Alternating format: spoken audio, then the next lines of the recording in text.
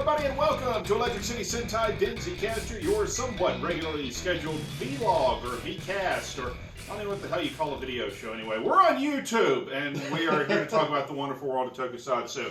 I'm your host, Mike Brown, and I am joined by... Josh, whoop whoop. I'm Dave. And I'm your wandering Ronin, Mr. Joe. Yeah, we're on camera now. Why am I still having to point to people to get them to talk? Anyway. You keep changing the cycle. Well, from here on out, we'll just go from here down. There's nothing wrong with some physical cues. But anyway, folks, we have just watched episodes, let's see, 31 and 32. The joy. All of this can be yours. The price is right. We just got done watching episodes 31 and 2 of Kamen Rider Drive. We are in mourning, as has been explained. Dave has no food, so I can't eat when I'm sad. He's not inconsolable. As you can tell, I'm very rarely sad. So the big deal for these two episodes has essentially been that Kamen Rider Drive has finally gotten his showdown with 001, who we now have a roid mute name for. He is Freeze. There's a way to cure the brand. Memory manipulation. Yep, there's a way to cure that, the memory manipulation and such.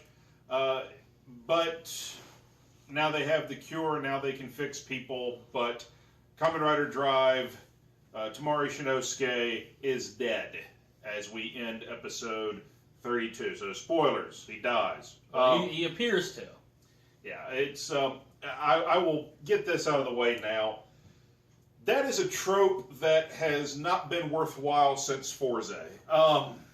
Because Forze did it, Gaim did it. Oh, yeah. Jean Grey did it. Yeah. And again. Ad nauseam, as it were. When Forze did it, which, to give the timeline here for the uninitiated and Dave, and Joe to a lesser extent. So you have Forze...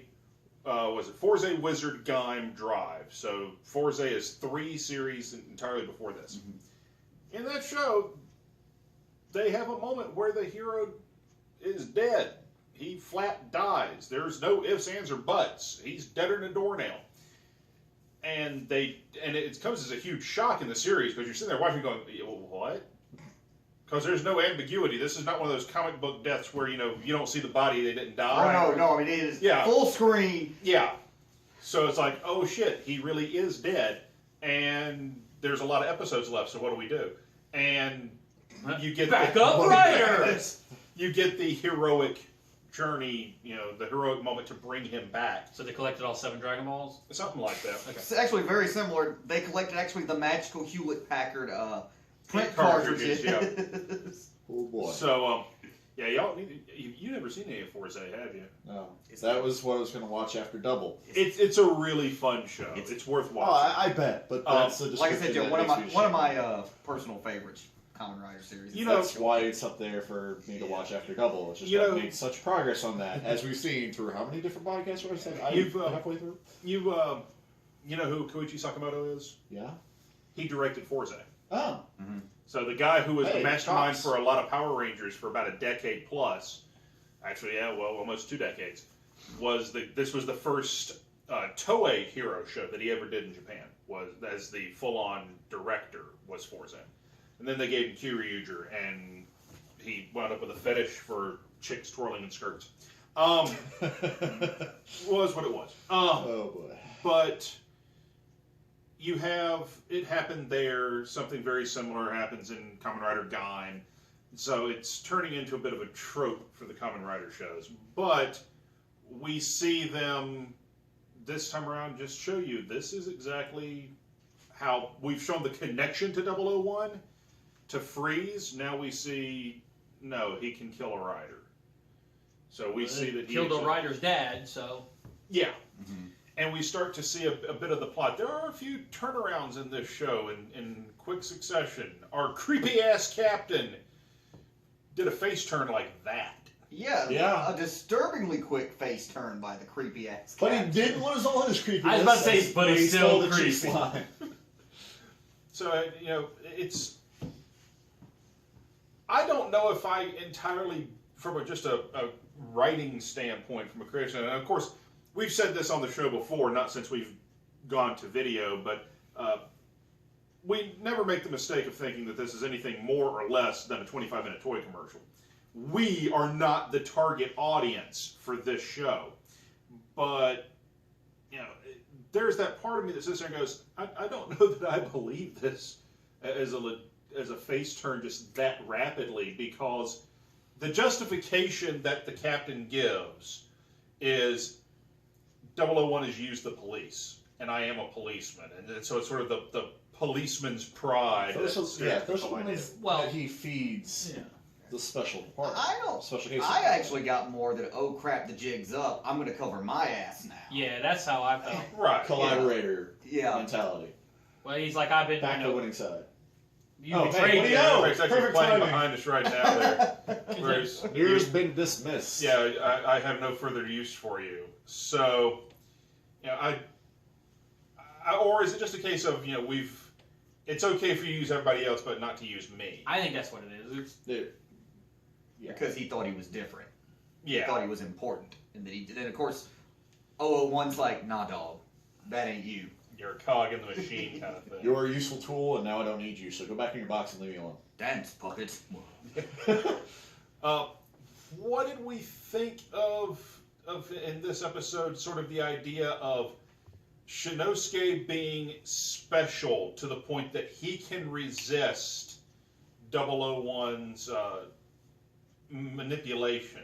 Well, it would explain part of the reason why he was chosen to be Kamen Rider That Drive. was another nice connection between him and his father, was that he tried to use the ice dart on his father, and same result, had no effect on him whatsoever. I think that's kind of the nice side of the plot reveal about that immunity. The other side of it was, if we don't make him immune, oh look, there is the plot of the entire series. Why would Freeze ever lose? You have to give some form of vulnerability. When you have somebody who has effectively mind control... I had a problem with it in the series when I first watched it, until they revealed that him and his father weren't unique. If it was just him and his dad, I would have called bullshit. Because I get that the hero needs to have something special to be the hero. Right, but he to only be found 12 others... 20. 20 others, was it? Yeah. 20 others in how large a population? Well, in Japan, he found 20 others. But I mean, I couldn't remember if it was the entirety of the nation or if it was just a... Well, it was at least... It was a small number in a large population. They never really go into direct explanation. But the whole idea of... I never liked the idea of the hero, who is presumably just an ordinary guy. I mean, that's something we've harped on about in the show off and on over time, is Tamori Shinosuke exemplifies the idea of he's the dude in the suit. Yeah. He's not... there's nothing superhuman about him. Except maybe his drive or his willpower. Very similar quality to the main character of Gain. Yeah. Is that he's an everyman that just happens to have a super suit. Yeah. Or a Green Lantern. Yeah, in certain ways. Hal Jordan, there's nothing super about Hal Jordan except he has the ring. So, if you take the character who's built up on the idea of he's just a guy, he is special in that he has what it takes to be a police officer. But that's about as far as it goes. He's just a dude. If you take that and then you turn him magically into the 1 in 1 million that has some special gift to be immune to someone's powers. But we found out that there were other 1 in 1 million. Exactly. So that's where I suddenly got okay with it at that point. But it is a very nice connection that both he and his father shared that same immunity, that you can't trifle with their memories quite as easily as everyone else's. Another major turn in this episode is Beltsan Krim, where he has been so almost non-confrontational, scared, does not want any part of this. Terrified. Yeah. Didn't they already do that part of the story once? I remember him being hesitant to face off against someone he had already faced off before. They've done something similar to it, yes. But I think this is appreciated it here because in the past you've seen hesitation. You haven't really seen him and Shinosuke, for want of a better term, come to blows over it, which they have repeatedly over the last several episodes. Just gone at it head to head. That no, you don't need to do this. You're going to die. Well, I'm a cop and I'm a Kamen Rider. I'm supposed to protect people. Screw that. And through careful use of flashbacks, which they love doing in these shows, we get to see, the moments in this show where it's Chase, who was Proto Drive, saying, no, being a Kamen Rider means you protect people. And you are the one that taught me that. Talking to the belt. We see Shinosuke with no protection from the suit. Just the guy who could die from Mad Doctor's treatment in order to extract a cure for everyone else against these ice needles. Put his life on the line to protect the innocent, say, I'm not going to give up. Shinosuke confronted 001 without the belt. Yeah. I mean, he just threw some Just shift gun cards and at shift it. card. Yeah. Mm-hmm. So I appreciate that we've seen this this shift now with the belt too, to where now it's one cohesive entity. That Drive is going to be one cohesive hero. But now you seem not as impressed. I don't think it's all that. Yeah, I mean, that would be like Jarvis arguing with Tony Stark when he's in the suit in the movies, to use the example. Master Tony, we can't do this. He doesn't. He is there, and I understand that Beltsan is a sentient life form while Jarvis is a program. Right. I get that. I do see the differences, but I don't know. I just It would be like I would liken it more to it's Professor Stein arguing with Ronnie Raymond in Firestorm. Sure. So Actually, to go with more of a gaming analogy, I would actually say it's also akin to Cortana and Master Chief in the Halo series. Especially as she gets more sentient, they have fairly significant arguments over about what course of action they should But take. she never quits helping. right. Oh, spoilers, yeah, she kind of does. Well, I haven't played Halo 5, but the professor doesn't stop helping Ronnie for Firestorm. No spoilers. He kind of does sometimes. He doesn't have to merge with him to become Firestorm. And actually, he makes it a point. Says, I don't have to do this. Yeah. Well, I never saw any of those comics, but I'm not a big DC guy. So I appreciated that. Let's talk about this: the idea of the ultimate evolution because of a Roid Mute, because this is something that they've sort of built toward. We see evolution being the big thing. Apparently, the ultimate evolution is going Super Saiyan. They turn gold, I guess. You'll see it up there shortly, folks. Which still isn't even his final form. But Yes, maybe, I don't know.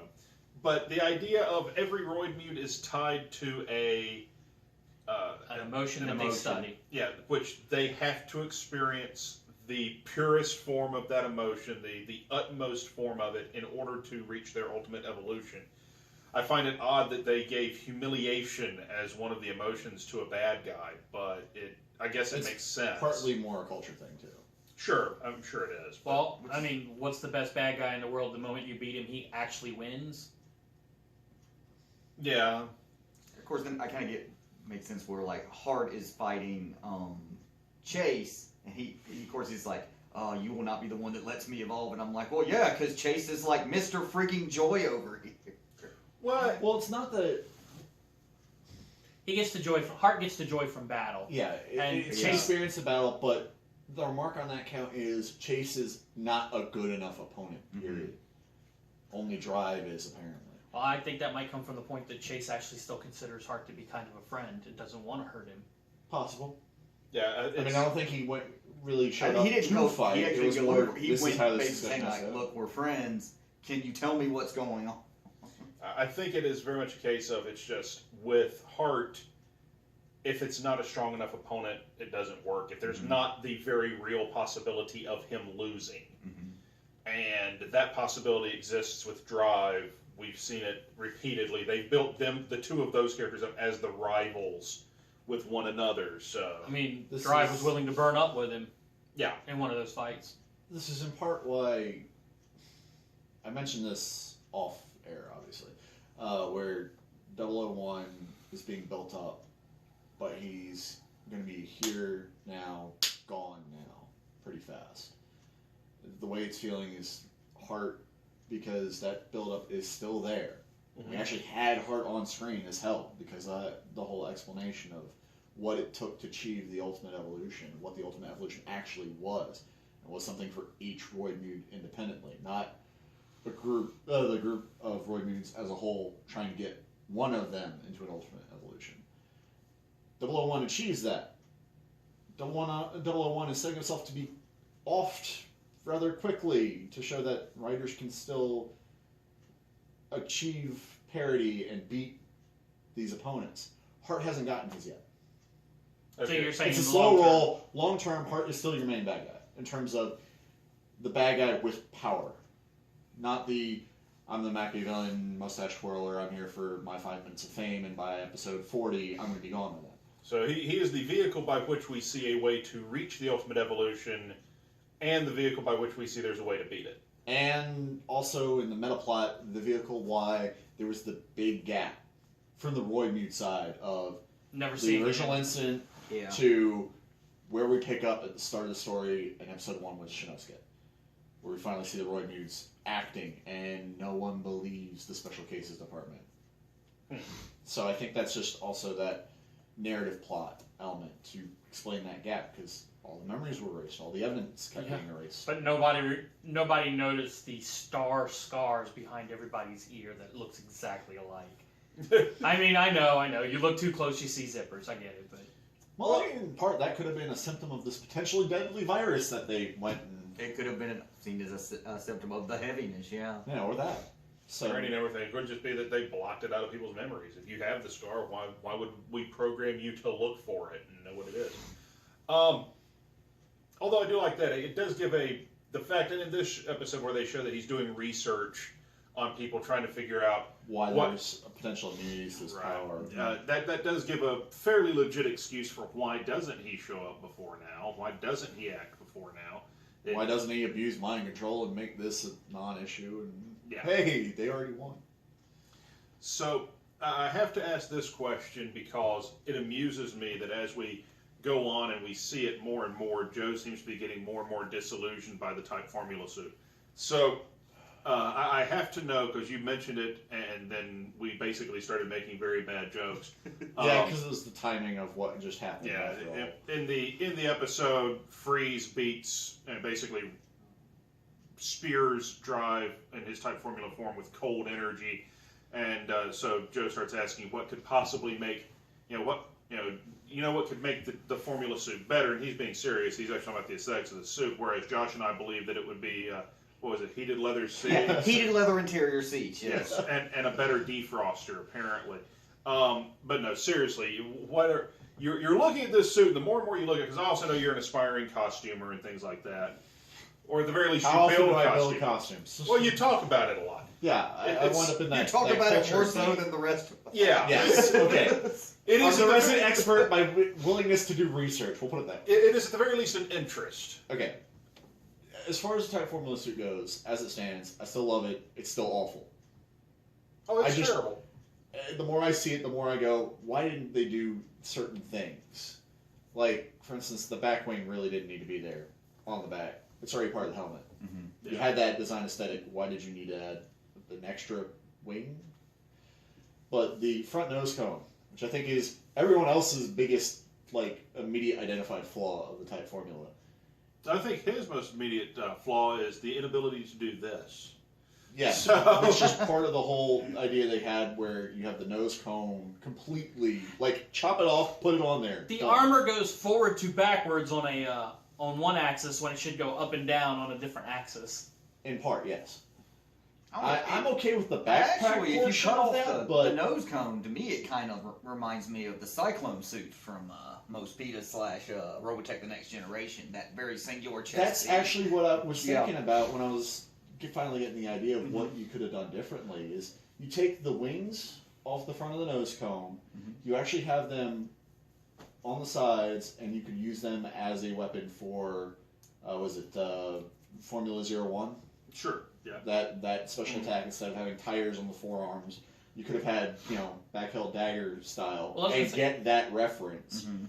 And you take the nose cone itself, you split it in two, and you do that as the chest piece. itself rather than out going down as a protective element. But if you take Drive and you turn him sideways and you see that suit from the side, it looks like a Formula One race car. And his head looks like a super giant bobblehead helmet inside the little tub cockpit of the race car. I mean, it literally has wheel wells that the little wheels on his arm look like they could go in as part of the... Speaking of great Yeah, time, right there it is. I mean, you catch him from the side, he looks, I mean, it's not great, it's not perfect, but it's pretty close. yeah, it's just He looks like the a design chibi of this head could inside have of a changed. desk toy. You could have still had the air intakes as the shoulder pieces, but you could have redesigned them to be sleeker at that point. And I didn't realize I think till you're just fighting now, a but losing battle. the tires on his wrist at a certain angle do kind of look like water wings. The, Big well, the orange- orange. The yeah, orange. big Yeah, orange. that was something Yeah. that became very clear in this episode. Well, where considering the how whole they got thrown aesthetic into- is going downhill, and I know it's still awful, I still love it anyway. And something here I do want to point out, as it's actually up on screen right now, is one thing that they do establish here is, yes, the ultimate attack of an ultimate evolved, a Super Saiyan Roid Mute, his ultimate attack can kill a Kamen Rider, but he just shrugged off the most powerful form of a Kamen Rider's finishing maneuver. He just shrugged off Formula's cannon. Well, I don't think he shrugged it off. He went down to his number form and re-evolved. Oh, he went down to his number form and then basically grew back a shiny gold body. Sure. Pretty much. So, I would classify that as shrugging it off. But had he Well- not evolved, he would have been dead. Maybe. I mean, he literally even says, and we saw the subtitle just now, Right. because he evolved, he is now invincible. It's like in Fallout 4, and I In know his you mind. haven't played it, but there's these legendary monsters, and when you I shoot haven't- them, I haven't played Fallout 1. they Oh, instantly mutate and get all their hit points back. It's really annoying. okay. Well, that's fair. So, Back and to the left. And we What? see him go down. No, as he got shot and fell down, and he falls back into the left. Okay. So, questions here and sort of thoughts. First things first, at the very least, again, I have the benefit of having seen past this. I think common sense dictates the name of the show is Kamen Rider Drive. They've got more than 10 episodes left. Pretty sure that they're not killing off the guy that they named the show after. But with that said, we wind up, and they play it to the hilt. They give you every indication that he's done. Mm-hmm. But let's take a look here. We know that in just the preview for the next episode we're seeing here, Chase is in action fighting, Go is in action fighting. I'm not even going to sit here and try to Kuriko's driving the car. Yeah, Kuriko's driving the car, and when she says we're going to do this for him, and then it cuts, and the next scene is Type a new suit, apparently They Type even call it Trideron, Type Trideron. with the solid red costume. I'm not even going to sit here and try to convince you that they're giving Kiriko Yeah, I a know. costume at this point. So, but what do we think going into the next part of this series? Well, a lot of times for me, when I see things like this, and I know in my adult brain that the good guy's not dead. Right. There's still the kid brain in me goes, yeah, but why isn't he? How do they save it? Let's see what happens next. Right. We know Snake Eyes didn't get killed by radiation. Where is he? Aha, he's hiding in a cave. Right. Okay. I think, in one regard, this is where Dave and I have an ignorance of some of the other Rider series comes into play. It's a bit more powerful for us. It's a bit more dramatic. Sure. We're not looking at going, oh, this trope again. Well, now I Or this will. theme again. It's more of a, okay, where are you going to go from here, and why haven't we just called this Kamen Rider Chase instead? Well, Oh wait, that would have spoiled all of the first half of the season. Well, I will say when I watched this episode for the first time, there was the part of me that went, okay. Now there's the adult brain, to use Dave's terminology. There's the adult brain in me where I go, I've seen y'all do this trick twice, and How are you going to make it unique? yeah, how are you Yeah, but gonna do it this time? How interesting would it be if they did let him? I I will. This is not going to be a spoiler because I'm not going to say what particular show. They've done it. There is at least one Kamen Rider series where they kill the main character Right. and he stays dead. So it wouldn't be unprecedented, but looking at this, there is that, the adult part of my brain goes, y'all have done this twice. Mm-hmm. How are you going to get out of it now? What are you going to do this time to make this different than the last two? And then there's the kid part where I suspend my disbelief and go, yeah, but that was pretty cool. And that dude's really big and bad, so how do you stop that? All right. So, Something I want to point out in this angle is they're very clear. Granted, would start you off, but they're very clear about it. It's not just Shinosuke who's dead. Krim the is belt was wrecked. yeah. No electronics, no nothing. So, in essence, we actually have two characters dying. Yeah, we do. Apparently. Now, again, we got plenty of episodes left to go. And Yeah, we've got. I'm sure neither of like, them are going to 16 stay left. dead. Do you? I actually think potentially what could happen is, when Proto got his stuff wrecked, Mhm. Chick got turned into the Grim Reaper, the Roid mood. I actually think that something similar might happen to Sanosuke, giving him that connection with the Roid mood, giving him an insight into how to finally beat his opponents. It's That'd possible. be interesting. And we also know, on that count, we also know it has to be done by the good guys, though. Because we see his body during that preview cutscenes in the Garage. That's also, again, that might also be interesting that because Chase said, you're the one that showed me that a Kamen Rider has to protect people, that's more of his humanity coming out, where he says, I can show you how to not be a monster, I can show you how to overcome it. Interesting. All right, so final thoughts on these two episodes of Kamen Rider Drive and where we're going forward. Let's start with you, Josh. All right, first of all, I love the bedside manner of the antidote delivery, which was one and right in your eyes. And then Stop the speech! Stop the speech!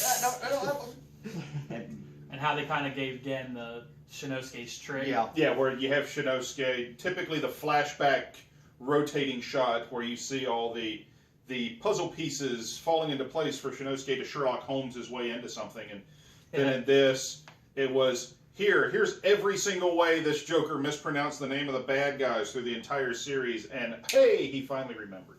And also, the captain, I don't really buy the sudden change of heart. I actually kind of hope he still gets his comeuppance, that he actually gets some sort of punishment for collaborating with Captain Creed. The enemy. the enemy. Yeah. Is that our official name for him now, Captain Creed? Sure. Captain Creed. Is there a problem with that? Because it's either Captain Creep or Captain Dick, and it depends on who you're asking. Did you say Captain Cretin? Captain Cretin. I think I like hey, that. why not? There we go, Captain Cretin. He can be the Upgrade. creepy Captain Cretin. And then finally, just the general thing is, I would definitely want to watch the next couple of episodes, see where they're going with the story, because, well, The toy commercials are over, the plot's here, and the plot is hooking. yeah. So, Dave? Yeah, I really think this episode did a very good job of selling next episode. And, I mean, me personally, I've really enjoyed the show in general for what it was. Especially since we quit watching a Ninja. This just got better. And For anyone out there who is hoping against all hope, I'm going to dash that now, that we are ever going to go back and finish covering the Ninja for this show. No, we're not. We are not going back to the Ninja. It was a train wreck. I am sorry that I missed the majority of Drive on watching it for this show. I am not sorry in the least that I have not missed it, that I've missed all of Ninja. There's a Brother, reason we why got we to keep about going, episode 10. how Stop. convenient. Work. I'm not going to be there for the Ninja. we got to the point where Ninja and Kamen Rider did their episode together. That was it. And they explained why the bargain basement Zords were chosen. And that was good enough for me. It was like, Yeah, we gave it the Roy 10, yeah. and, Roy and we were done. We were Yeah, done. Richie always goes, I give him 10 episodes, so it's the We Roy did. 10 now. We're Yes. done. Move on. So we But gave it yeah. the Roy 10 and stopped. I'm interested in seeing where the story goes. Honestly, at this point, I don't really care where it goes. I just want to see it. I will say this, and it's I like watching this when I do one of these shows. One of the reasons I wanted to do Toku Night now years ago when we first started doing it was because I love Tokusatsu. I wanted to share that with my friends, and I wanted to see your guys' reaction to a lot of this just completely and utterly ridiculous Tokusatsu BS. So, and I was a little nostalgic for anime nights when I was in high school. Oh, so, yeah. Yeah, So, I messed up. And I will say for Captain Cretin, Creepy, whatever, I think he needs to take one from somebody right in the mouth I'm just saying. And after that, if Gensan can deliver. I was or just saying, and if after the chief just walks up and just fire across the eyes, I'd be all right with that. and then after that, we can work on the recovery process. We can But- forgive. My part of my You'll never joy forget, though. part of my joy in doing Toku Nights and even doing this show, which Richie has had the same reaction off mic, off camera, where he said his enjoyment comes in listening to everyone else discuss it. My enjoyment comes in seeing how everyone else reacts in a lot of ways. And the best reaction when I knew that Joe was sold, at least on this story, if not this series, was when he sat there and said, crap, and this is where I have to leave. Yeah, It was like, so I we have to cannot leave watch the these next two. two. Yes, sir. It was a magnificent point of timing where, just because of what's going on today for me, this was the last pair of episodes. Mhm. Because of that cliffhanger, because it's a good cliffhanger and it makes we've covered already. It makes you want to watch the next couple episodes. I don't know about the entirety of the remainder of the season, but definitely you want to see more resolution. You don't want to stop at this episode. This is a horrible episode to stop. they've It's done horrible it before. cliffhanger. I hate when they do that. They've done it before. They had one time where it was like, here's the 2-episode telling the one little story. Haha, just kidding. Here's the third one because this one Oh needed a yeah, little that resolution. was also kind of a dick move, but I it's enjoyed not as bad a want to watch the next one Right. as this one was. I enjoyed these couple episodes a great deal. I can tell you that from basically here on, I could marathon the rest of the series. There's our mascot, Morgan. I could marathon the rest of the series probably in one sitting, if I had the time to do it, because we've got probably If 16. I had the time, story Oh, of sure. my life. Well, yeah. It would be it would be like 16 episodes in a row, but I could do it because from here on in, they're that good. Mhm. Like I said, I haven't watched the very end of the show. I think I stopped with maybe 4 episodes left or something like that. So you said there's 48 episodes. You got up to Believe- 44. Yeah, I believe so. So at a certain point, we will hit where I haven't seen what's coming next. And we'll finally have fresh reactions from Mike instead of Exactly. the smug, I know what's going to happen next. Well, I wouldn't say it was smug, but you got a mix between what I just saw and trying to remember how I felt when I first saw it. It, Do you it was remember not how I smug. said- It was not smug, David. If you've ever watched The Flash, if it ain't Captain Cold, it ain't smug. No. And yet, all I'm going to have to throw out there is remind y'all, remember when I used to say, I'm waiting for the IndyCar, I'm waiting for the IndyCar, and the look, not that y'all ever got to you see never it, got to the see it. look on his face Yeah. every time. Yeah, because I knew the IndyCar was coming, and I knew it looked like shit. Careful I what still- you wish for. Yeah, exactly. Think about it. Captain Cold really does do kind of a bad Jack Nicholson impersonation at times, doesn't he? I wouldn't call it a bad Jack Nicholson I would say it's impersonation. passable. Yeah, but one thing we're going to throw out there because we want your help on some things. Bottom line, folks, we're not going back to the Ninja. We've punched out on that piece of shit. So I'm going to leave it because we're still doing our Godzillas. We're still doing stuff like that. In fact, Ryan McAllister, our resident kaiju aficionado, has left us nothing Quite short sad. of pretty much the entire Showa era of Godzilla sitting over here, minus maybe 2 or 3 movies. But we need your help because whatever we cover after this, I have no idea what it's going to be. It could be Kamen Rider Ghost. That's the current show. I think Dave has an idea. I did present. I would like to see the Japanese version of Power Rangers that became the American version of Power Rangers. What Dave is referring to is this, which is going to be very hard to see on camera for where you are, but this is Super Sentai. Dave will hold it up and post it for you. That is, this is the You're playing with sound DVD. effects. That's the American DVD release of Zhu Ranger. Have you seen that yet? Or they released it on the I've States? seen the first couple of episodes of G Ranger. Well, I meant that they actually released it in America. That's my vote. Oh, This was done by Shout Factory. They did the first season. They've actually now done the first 3. Die Ranger is out as well. Go to Amazon, buy it, because the more you buy, the more they keep doing. And they just announced that I'm going to lose another $60 out of my wallet because they're going to do Kaku Ranger, which stars one of my favorite Toku actors of all time, Kane Kasugi, son of the great Sho Kasugi, because, as Josh, I'm sure he knows the words, he will sing with me. There ain't no Kasugi like Sho Kasugi, like no Kasugi I know. Ba-dum-bum-bum.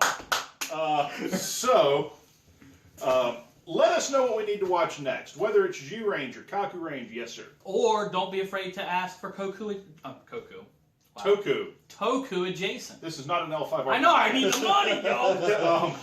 I'm just saying, God, what Super 1. Ask for Super 1. We don't have enough Super 1 to watch it all. Well, We then would- it's not even going to be that much time. It's like 3 episodes. We got like, I think 6. But yeah. It doubled. Or ask for Amazon and ensure that Travis Cooper never appears on camera.